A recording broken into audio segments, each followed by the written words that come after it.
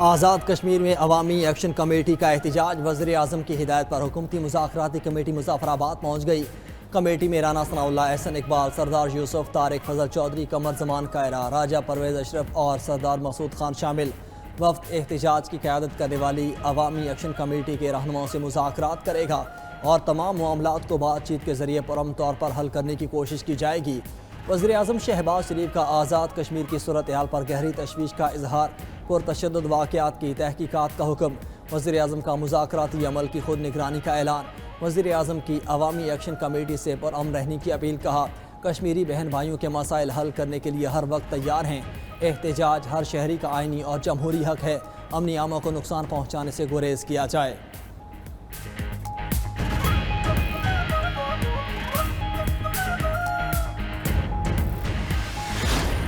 کوئی ایسی صورتحال ہم نہ بنائیں کہ جس سے پاکستان کے مخالفین اس صورتحال کا فائدہ اٹھا سکیں، لہٰذا میں امید رکھتا ہوں کہ ہم ایک اچھے ماحول میں بات چیت کے ذریعے ان تمام مسائل کو حل کرنے میں کامیاب ہو جائیں گے۔ تشدد جو ہے اس سے معاملات الجھتے ہیں، سلجھتے نہیں، تو ہمیں بیٹھ کے آپس میں جو ہے وہ بات کرنی ہوگی۔ بہت سارے معاملات طے ہو چکے ہیں اور چاند ایک رہ گئے ہیں، تو میں سمجھتا ہوں کہ جو عوامی ایکشن کمیٹی کے دوست ہیں وہ بھی پوری فراخی قلب کے ساتھ اس تعطل کو دور کریں گے، تاکہ آزاد کشمیر میں جو چند دنوں میں عمومی طور پر جو شدید بے چینی اور اضطراب عوام میں پایا جاتا ہے اس کا کلا کما ہو سکے۔ ہماری حتی المقدور کوشش ہوگی کہ کشمیر کے عوام کو ان کے جو جائز مطالبات ہیں وہ فوراً پورے کیے جائیں۔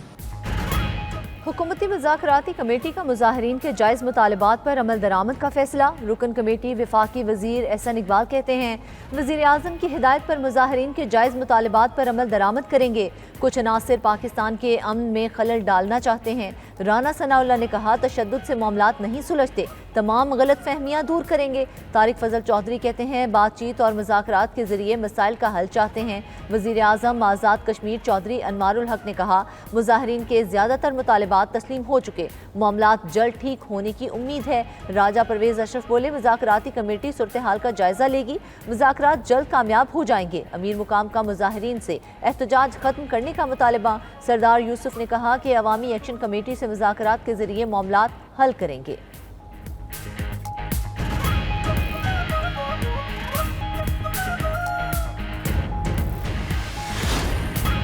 غزہ کے لیے امداد لے جانے والے قافلے پر بھی اسرائیلی جارحیت، 40 سے زائد کشتیوں پر مشتمل فلوٹیلا پر حملہ۔ اسرائیلی فورسز نے 6 کشتیوں پر قبضہ کر لیا۔ پاکستانی سابق سینیٹر مشتاق احمد اور سویڈش ماحولیاتی کارکن گریٹا تھنبرگ سمیت 200 ارکان گرفتار، اسرائیلی پورٹ منتقل کر دیا گیا۔ فلوٹیلا کشتیوں کی لائف فیڈز بند ہونے سے رابطہ منقطع ہو گیا۔ فلوٹیلا منتظمین کا کہنا ہے کہ مشن کے بحری جہازوں کو غیر قانونی طور پر روکا جا رہا ہے۔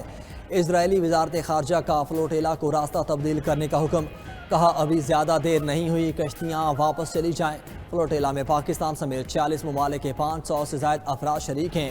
اسرائیلی بحریہ نے گلوبل سموتھ فلوٹیلا کے بحری جہاز کیپٹن نیکوس کو بھی روک لیا۔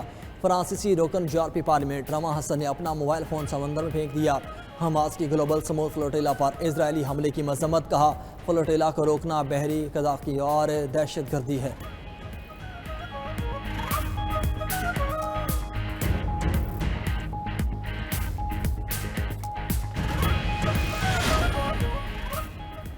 وزیر اعظم شہباز شریف کی گلوبل سموتھ فلوٹیلا پر اسرائیلی حملے کی شدید مذمت، تمام ارکان کی فوری رہائی کا مطالبہ۔ ایکس پیغام میں کہا اسرائیلی فوج نے فلوٹیلا کے ارکان کو غیر قانونی طور پر حراست میں لیا۔ قافلے میں شریک افراد مظلوم فلسطینیوں کے لیے امداد لے جا رہے تھے۔ فلسطینیوں تک امداد کی بلا تعطل ترسیل یقینی بنانا ہوگی۔ ترجمان دفتر خارجہ کا کہنا ہے کہ اسرائیل کی کارروائی بے گناہ شہریوں کی زندگیاں خطرے میں ڈالنے کے مترادف ہے۔ نائب صدر پیپلز پارٹی کی گلوبل سموتھ فلوٹیلا پر اسرائیلی حملے کی شدید مذمت۔ سینیٹر شیری رحمان نے کہا فلسطینیوں کے لیے امداد لے جانے والے فلوٹیلا پر حملہ عالمی انسانی اصولوں کی صریحاً خلاف ورزی ہے۔ امیر جماعت اسلامی حافظ نعیم الرحمان نے کہا سموتھ فلوٹیلا پر اسرائیلی فوج کا حملہ ایک اور کھلی دہشت گردی ہے۔ کیا یہی انسانیت، جمہوریت، انسانی حقوق اور بین الاقوامی قانون ہے؟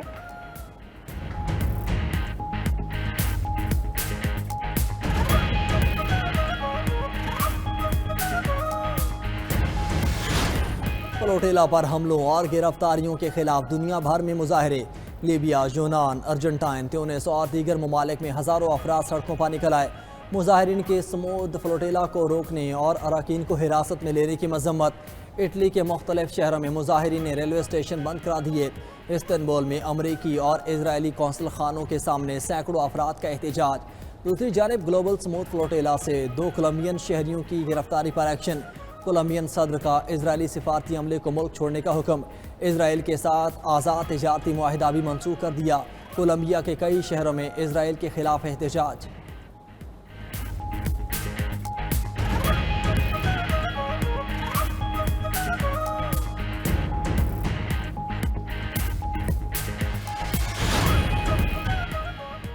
جنگوں کا نہیں، معاشی ترقی کا سوچنا ہوگا. صدر مملکت آصف علی زرداری کا چینی میڈیا کو انٹرویو. کہا ہمیں معاشی مائنڈ سیٹ کی ضرورت ہے. معاشی ترقی ہی قوموں کو جوڑتی ہے. سی پیک کی کامیابی سے پورا خطہ ترقی کرے گا. سب کو ایک دوسرے کی خود مختاری کا احترام کرنا ہوگا. ہر طرح کے حالات چین کے ساتھ کھڑے ہیں اور پاکستان کا مستقبل ایک دوسرے سے جڑا ہے. ترقی سب کا حق ہے. چین کا مستقبل تابناک ہے. پورا مشرق چین کے ساتھ مل کر کام کرے گا.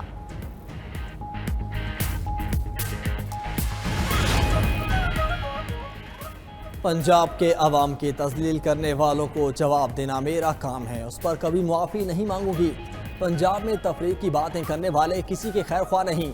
میرے دماغ میں تقسیم کی کوئی بات نہیں. وزیر اعلیٰ پنجاب مریم نواز کا لاہور میں تقریب سے خطاب. کہا سیلاب پر لیکچرز دیے جا رہے تھے، دنیا سے مدد کی اپیل کیوں نہیں کی؟ حکمرانوں کا کام صرف ووٹ لینا نہیں. 5 سال میں پنجاب کو ترقی یافتہ صوبہ بنائیں گے. کچھ کرنا چاہتی ہوں تو کہتی ہیں IMF نہیں مانے گا. مزید کہا نوجوان جھوٹے پروپیگنڈے کے فریب میں نہ جائیں. نوجوان کبھی کسی کا ایندھن نہ بنے. 9 مئی پر حملہ کرنے والے آج بھی جیل میں ہیں.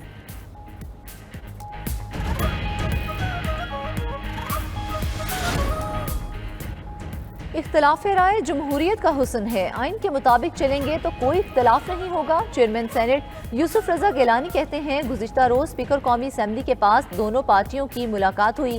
فیصلہ ہوا کہ نون لیگ اور پیپلز پارٹی مل کر ملک کے لیے کام کریں گے. نئے صوبے بنانے کا طریقہ کار آئین میں واضح ہے. رہنما پیپلز پارٹی سید نوید قمر کہتے ہیں نون لیگ کی لیڈرشپ کے سامنے پیپلز پارٹی نے اپنے تحفظات رکھے. پی پی اور نون لیگ کی ڈیل اپنی جگہ، لیکن ریڈ لائنز کراس نہیں کی جاتی. آپ کہتے ہیں میرا پانی میری مرضی تو پھر ایک غلط تاثر جاتا ہے. ٹیکس پالیسی کا فنکشن اب FBR کے پاس نہیں. وزیر خزانہ محمد اورنگزیب کا پشاور میں تقریب سے خطاب. کہا FBR کا کام اب صرف ٹیکس اکٹھا کرنا ہوگا. اگلے سال کا بجٹ ٹیکس پالیسی آفس کی جانب سے دیا جائے گا. مزید کہا برآمدات کے بل بوتے پر ترقی کرنے کی پالیسی پر کام کر رہے ہیں. سیلاب سے متاثرہ علاقوں کے لیے فوری امداد نہیں مانگیں گے. کوشش ہے سیلاب متاثرہ علاقوں میں اپنے زور بازو پر معاملات کو ٹھیک کریں. موسمیاتی تبدیلی کوئی کتابی بات نہیں، حقیقت ہے. 2022 اور حالیہ سیلاب نے معیشت کو بہت نقصان پہنچایا. پاکستان اور IMF کے درمیان دوسرے 6 ماہی اقتصادی جائزہ مذاکرات. ٹیکس محصولات، ڈھانچہ جاتی اصلاحات اور بیرونی فائنانسنگ زیر غور. ذرائع کے مطابق IMF کا memorandum of economic and financial policies کے اہم اہداف پورے نہ ہونے پر تحفظات کا اظہار. سرکاری اداروں کے قوانین میں اصلاحات کا ہدف پورا نہ ہونے پر وضاحت مانگ لی. 10 سرکاری ملکیتی اداروں کے قوانین میں ترمیم جون 2025 تک درکار تھی. وزارت IT، تجارت، بحری امور، ریلوے، آبی وسائل کے ادارے شامل. وزارت خزانہ نے متعلقہ وزارتوں کو خطوط ارسال کر دیے. IMF کی شرط پر درآمدی اور مقامی گاڑیوں کے لیے 62 لازمی معیارات مقرر. مقامی تیار کردہ گاڑیوں کے لیے معیارات پر عمل درآمد 1 جولائی 2026 سے ہوگا. سیفٹی معیارات میں گاڑیوں کی انسپیکشن اور سرٹیفیکیشن لازمی قرار. 1 اکتوبر سے 30 جون تک درآمدی گاڑیوں پر 40% ریگولیٹری ڈیوٹی بھی عائد. حکومت نے گاڑیوں کی جانچ پڑتال کے لیے 40 کمپنیز کو رجسٹرڈ. غیر معیاری اور غیر محفوظ گاڑیاں مارکیٹ میں فروخت نہیں ہو سکیں گی.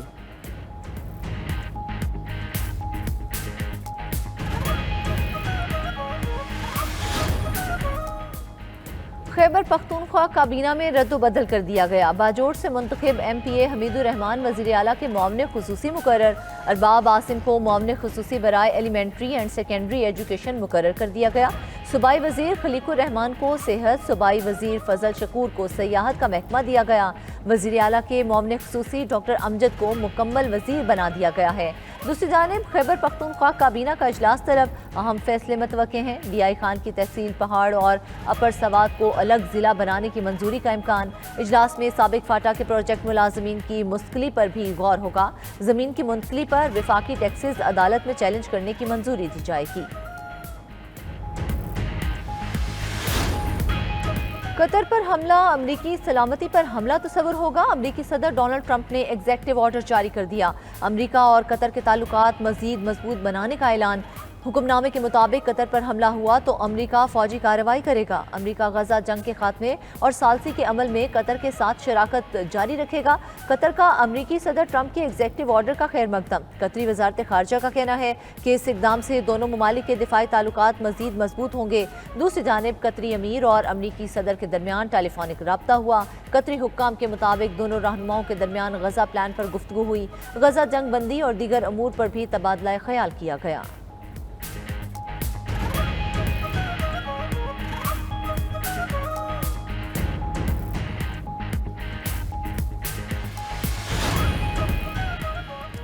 فلسطینی مزاحمتی تنظیم حماس کا غیر مسلح ہونے سے انکار۔ امریکی صدر کے غزہ پلان میں ترمیم کا مطالبہ کر دیا۔ غیر ملکی میڈیا کے مطابق حماس نے اپنے رہنماؤں کی جلا وطنی کی شق پر تحفظات کا اظہار کیا۔ اسرائیل کے مکمل انخلا کی بین الاقوامی ضمانتیں مانگ لی۔ حماس داخلی یا بیرونی ٹارگٹ کلنگ نہ ہونے کی یقین دہانی بھی چاہتی ہے۔ حماس کے مذاکرات کاروں نے گزشتہ روز دوحہ میں ترک، مصری اور قطری حکام کے ساتھ بات چیت کی تھی۔ دوسری طرف غیر ملکی میڈیا کا عرب سالے سے متعلق اہم دعویٰ۔ اپنی رپورٹ میں کہا کہ حماس نے امریکی امن منصوبے پر مثبت اشارے دے دیے۔ حماس امریکی امن منصوبے کا مزید جائزہ لے رہا ہے۔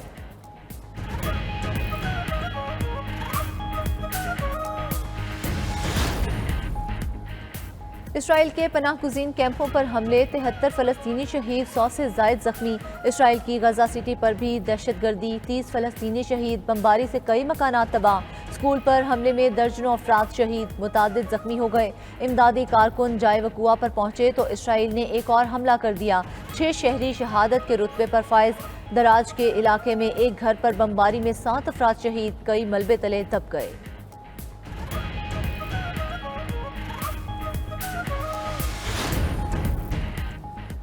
امریکہ میں حکومتی شٹ ڈاؤن بحران سنگین ہو گیا۔ اخراجات بل پر ریپبلکنز اور ڈیموکریٹس میں ڈیڈ لاک برقرار۔ اخراجات کی منظوری نہ ہونے پر کئی سرکاری محکمے بند۔ امریکہ میں 7,50,000 ملازمین کو بغیر تنخواہ جبری چھٹی پر گھر بھیج دیا گیا۔ Research centres, health care programmes اور کسٹمر سروسز دفاتر بھی بند۔ محکمے بند ہونے سے امریکی فوجیوں کو تنخواہوں کی ادائیگی نہیں ہو سکے گی۔ شٹ ڈاؤن سے امریکہ کو روزانہ تقریباً $400 ملین کے نقصان کا سامنا۔ خلائی تحقیقاتی ادارے ناسا کو بھی بند کر دیا گیا۔ ٹرمپ نے ڈیموکریٹک ریاستوں کے لیے $26 ارب کے فنڈز منجمد کر دیے۔